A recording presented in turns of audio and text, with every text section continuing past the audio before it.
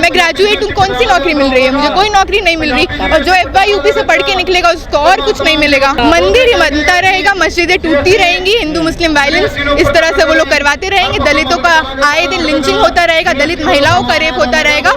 और ये है उनके प्रगति का डेफिनेशन। क्योंकि अगर लोग पढ़ जाएंगे तो लोग सवाल करेंगे ना, लोग उनका जो चाल है, जो प्रोपेगेंडा है, जो हेट्रेड का जो पूरा मोटिव है, जो शिक्षा ना देने का, रोजगार ना देने का, आप देखिएगा भारतीय जो करेंसी है उसका लगातार दाम गिर रहा है। इन सब चीजों पर कोई बात ना कर ले, महंगाई पर, इसलिए शिक्षा नहीं दी जा रही है। RSS बीजेपी का तो पूरा राजनीति ही इतिहास बदलने के बेसिस पर है ना। अगर आप देखेंगे तो वो कहते हैं गोलवलकर और सावरकर जैसे लोग, सावरकर मतलब नेशनलिस्ट मूवमेंट में उन्होंने बढ़ चढ़ कर भाग लिया। पर हमें पता है कि सावरकर वो था जो माफीनामा भेजा करता था अंग्रेजों को, जो अंग्रेजों के आगे झुक गया।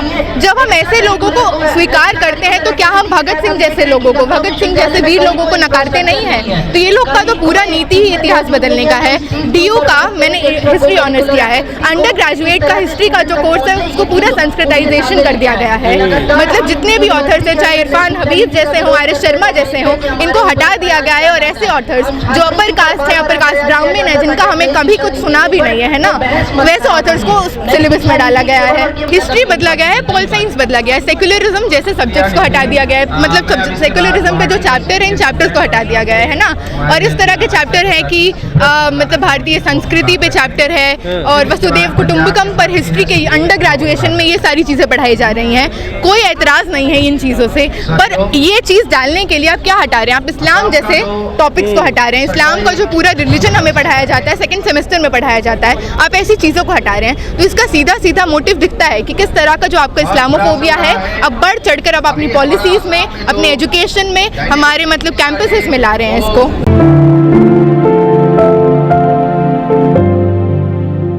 जी बिल्कुल, और ये सारी चालें ही हैं, है ना, ताकि रोजगार के मुद्दे पे, ताकि शिक्षा के मुद्दे पे, इन सारे मुद्दों पे बात ना हो जाए, महिला सुरक्षा पे या किसी भी ऐसे मुद्दे पर जो कि एक आम व्यक्ति को, एक आम नागरिक को मतलब जिससे अफेक्ट करता है, उस मुद्दे पे कहीं बात ना हो जाए। तो इन सारी चीज़ों से भटकाने के लिए मोदी सरकार हमेशा चुनाव से पहले हिंदू मुस्लिम करती आई है। पहले हमने देखा राम मंदिर का मसला था, अब ये मसला है कि हर मस्जिद के नीचे एक मंदिर था।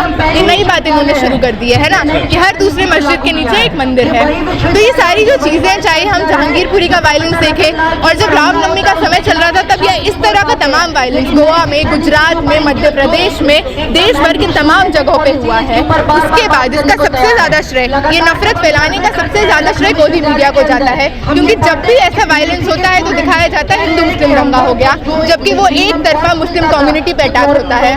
बिल्कुल, और न्यू एजुकेशन पॉलिसी ही तो एक ऐसा पॉलिसी है बल्कि जो अकेडमिया में आप कहिए एक तरह से कास्ट सिस्टम को लेजिटिमाइज करता है ना, क्योंकि new education policy online education की बात करता है ना, 60-40 के रेशियो में। ऑनलाइन एजुकेशन क्या है, कौन लोग उसको ले पाएंगे? मैं खुद बिहार के एक ऐसे गांव से आती हूँ जहाँ पे मेरा ग्रेजुएशन ऐसे बैठे बैठे हो गया कि मैंने एक क्लास अटेंड नहीं किया, वो तब जब मेरे पास एटलीस्ट फोन है। देश में ऐसे लोग हैं जिनके पास 24 घंटे नेटवर्क कनेक्टिविटी नहीं है, जिनके पास स्मार्टफोन, लैपटॉप नहीं है ना। उसके बाद NEP के तहत FYUP लाया जा रहा है। FYUP 4 year undergraduate program, जिसके तहत हर साल बाद आप छोड़ सकते हैं अपना कोर्स और वापस से एंट्री ले सकते हैं। तो ये किसी भी तरह का छूट नहीं है। ये बोला जा रहा है अगर दलित हो, अगर आदिवासी हो, अगर महिला हो तो भूल जाओ कि 4 साल का डिग्री लोगे, 1 साल का सर्टिफिकेट लो और निकलो। आप ये देखिए ना, वो किसी भी तरह की छूट नहीं है। हम मजबूर होंगे, मान लीजिए मेरा एडमिशन उस कोर्स के अंदर होता तो मैं जिस घर से आती हूँ, मेरे घर वाले बोलते कि नहीं सर्टिफिकेट मिल रहा है ना, ले लो सर्टिफिकेट, लो निकलो, शादी कर देंगे। और जो वो लोग ऐसे घरों से आते हैं जिनके पास आर्थिक इस तरह का एक मतलब सपोर्ट नहीं है, उनके माँ बाप मजबूर होंगे कि सर्टिफिकेट और डिप्लोमा लो और निकलो, क्योंकि ये पॉलिसी वो पॉलिसी है जो स्टूडेंट को, यूथ को चीप लेबर के रूप में मार्केट में निकालना चाहता है। क्योंकि FYUP के अंदर आप जो भी मान लीजिए history honours, pol science honours, maths honours, आप कुछ भी करना चाहते हैं, पहले 1 साल आपको कारपेंट्री, योगा, ये सब सिखाया जाएगा। तो ये क्या, ये कहने का तरीका नहीं है जो वर्क सिस्टम और इस तरह का सिस्टम कहता है कि अगर तुम्हारा बाप कारपेंटर है, अगर तुम्हारा बाप बढ़ी है और अगर वो मतलब एक तरह से बार्बर है या कुछ है तो तुम भी वही करोगे। कारपेंट्री सिखा के भारत में किसको जॉब मिलेगा? भारत संविधान पे चलता है, मनुस्मृति पे नहीं। ये जान लेना होगा बीजेपी RSS को। बिल्कुल कोशिश है, और इसी कोशिश के विरोध में आप यहाँ पे देखिए आज कितने लोग एकत्रित हैं और ऐसे और लोग आएंगे। हर एक वर्ग जो पिछड़ा हुआ है, चाहे वो वर्किंग क्लास हो, चाहे वो आदिवासी हो, दलित हो, महिला हो, किसी भी कम्युनिटी का हो, बिल्कुल कर रहे हैं ना। पर वो किस तरह से करवाया जा रहा है ना, आप कंडीशनिंग जिसको बोलते हैं, आप कंडीशनिंग जिसको बोलते हैं, जो एक मेन स्ट्रीम मीडिया उनको परोस रहा है, वो वही चीज कंज्यूम कर रहे हैं। एक लंबी लड़ाई है और उस लड़ाई की शुरुआत अवेयरनेस से होगी। बिल्कुल कॉपी करने की कोशिश की जा रही है वेस्टर्न एजुकेशन को, और वेस्टर्न एजुकेशन में स्टिल उनके पास इतने संसाधन है, रिसोर्सेज हैं, भारत के पास नहीं है। और हम लोग भी लगातार प्रदर्शन कर रहे हैं। जब हमें उठा लिया जाता तो ये सब मोदी जी को नहीं दिखता है क्या? ये सब दिखाया करिए ना, क्योंकि उनको भी तो वही सारी चीजें दिखती हैं। एक वीडियो कहीं से आ गया वो दिखा देते हैं। हम एक लंबे समय से 1.5 साल से ऊपर से हम इस पॉलिसी के अगेंस्ट प्रोटेस्ट कर रहे हैं ना, और आगे भी करेंगे। FYUP वो पॉलिसी है जो 2013 में पार्लियामेंट से पास हो गया था और हम लोगों ने आंदोलन करके उसको वापस भेजा है। इस बार भी करेंगे। भारत को टैलेंट, अभी तक टैलेंट नहीं मिला भारत। टैलेंट तो क्या मिलेगा, और बेरोजगारी बढ़ेगी, और बेरोजगारी बढ़ेगी, और जो मतलब BA करके MA करके जो लोग बैठे होंगे वो ठेले लगा रहे होंगे, दुकानें खोल रहे होंगे। हम आंदोलन कर रहे हैं और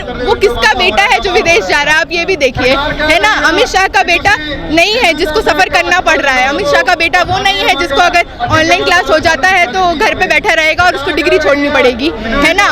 वो लोग वो हैं जिनके बच्चे सेटल्ड हैं, वो लोग वो हैं जिनके बच्चे ऐसे पैमाने पर हैं जो उनको फर्क नहीं पड़ता, और वो बाकी लोगों के अंदर इस तरह का हेट्रेड भर रहे हैं कि उनको नहीं समझ आ रहा है। खुद के घर में इस तरह के लोग हैं ना, मेरा कुछ अलग नहीं है। बिल्कुल मैं खुद ऐसे घर से आती हूँ जहाँ पे ये जो नफरत की राजनीति है लोग एकदम अडैप्ट कर चुके हैं।